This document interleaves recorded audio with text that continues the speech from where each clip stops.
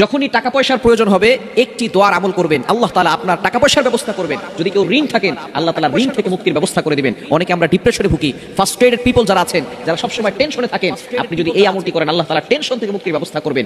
এমন একটি দোয়ার ভিতরে আল্লাহ তাআলা অনেকগুলো ব্যবস্থা করে দিয়েছেন, যেই দোয়ার মাধ্যমে আল্লাহ তাআলা আপনাকে টেনশন মুক্তি করবেন এবং ঋণের বোঝা থাকলে সেটা আপনাকে দূরে সরিয়ে দিবেন। এরপরে বিপদ থেকে হেফাজত করবেন, দুশমনের দুশমনি থেকে আল্লাহ হেফাজত করবেন। সুতরাং এই আমলটি নবী সাল্লাল্লাহু আলাইহি ওয়াসাল্লাম নিজে শিক্ষা দিয়েছেন। এটা আমার কথা নয়, আবু দাউদ শরীফের 1555 নম্বর হাদিস, 1555 নম্বর হাদিস আবু দাউদ শরীফের ভিতরে আবু সাঈদ খুদরি রাদিয়াল্লাহু তাআলা থেকে হাদিসটি বর্ণিত হয়েছে। নবী সাল্লাল্লাহু আলাইহি ওয়াসাল্লাম একবার মসজিদে নববীর পাশ দিয়ে হেঁটে যাচ্ছিলেন। এমন সময় দেখেন আবু উমামা রাদিয়াল্লাহু তাআলা আনহু মসজিদের ভিতরে বসে আছেন। এমন সময় নবী সাল্লাল্লাহু আলাইহি ওয়াসাল্লাম আবু উমামা রাদিয়াল্লাহু তাআলা আনহুকে ডাক দিয়ে বলেন, ইয়া আবু উমামা, হে আবু উমামা, এখন তো নামাজের ওয়াক্ত নয়, এখন তুমি মসজিদে কেন?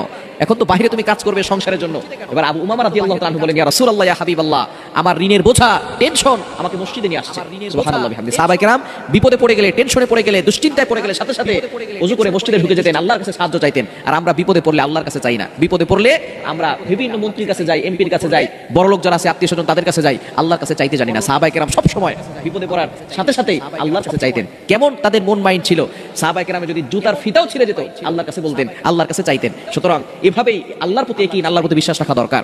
হযরতে আবু উমামা রাদিয়াল্লাহু তাআলা আনহু আল্লাহর কাছে দোয়া করতেছেন। নবীজি সাল্লাল্লাহু আলাইহি সাল্লাম ডাক দিয়ে বলেন, ও আবু উমামা, আমি কি তোমাকে এমন একটা বাক্য বলে দিব না যেই বাক্যের আমল করলে আল্লাহ তাআলা তোমার ঋণের বোঝা দূর করে দিবেন, টেনশন দূর করে দিবেন। শুধু তাই নয়, সকল বিপদ আপদ থেকে আল্লাহ তোমাকে হেফাজত করে দিবেন, সম্পদের মালিক বানিয়ে দিবেন। আবু উমামা রাদিয়াল্লাহু তাআলা বলেন, ইয়া রাসূলুল্লাহ, ইয়া হাবিবাল্লাহ, তাড়াতাড়ি আমাকে আমলটা শিক্ষা দেন। এবার নবীজি সাল্লাল্লাহু আলাইহি ওয়াসাল্লাম তাকে একটা বাক্য শিক্ষা দিয়েছেন। এই বাক্যটা পড়ে যখন তিনি সেখান থেকে চলে গেছেন, এবার প্রতিনিয়ত তিনি আমল করছেন। কিছুদিন পরে নবীজি সাল্লাল্লাহু আলাইহি ওয়াসাল্লামের কাছে আসছেন, আসার পরে বলতেছেন, ইয়া রাসূলুল্লাহ, ইয়া হাবিবাল্লাহ, আপনি যে আমল আমাকে দিয়েছিলেন, এই আমলের বদৌলতে আল্লাহ তাআলা আমাকে এত সম্পদ দিয়েছেন, আমার ঋণের বোঝা দূর হয়ে গেছে, টেনশন দূর হয়ে গেছে, বিপদ থেকে মুক্তি পেয়েছি। শুধু তাই নয়, এখন আমি যাকাত দেওয়ার মতো মালিক হয়েছি এবং আপনার জন্য কিছু হাদিয়াও নিয়ে আসছি। বলেন সুবহানাল্লাহ। নবী সাল্লাল্লাহু আলাইহি ওয়াসাল্লাম কি দোয়া শিক্ষা দিয়েছিলেন? সেই দোয়াটা হচ্ছে, আল্লাহুম্মা ইন্নী আউযু বিকা মিনাল হাম্মি ওয়াল হাযান ওয়া আউযু বিকা মিনাল আজাজি ওয়াল কাসাল ওয়া আউযু বিকা মিনাল জুবনি ওয়াল বুখলি ওয়া আউযু বিকা মিন গলাবাতিদ দাইন ওয়া কাহরির রিজাল। এই দোয়াটা অবশ্যই আমরা শিখে নিব, কারণ এটা আপনার ঋণ থেকে মুক্তির ব্যবস্থা করে দিবে, আপনার দুশ্চিন্তা দূর করে দিবে, টেনশন থেকে আপনাকে মুক্তির ব্যবস্থা করে দিবে, বিপদ থেকে হেফাজত করবে, দুশমনের দুশমনি থেকে হেফাজত করবে। এজন্য অবশ্যই এই দোয়াটা আমরা শিখব।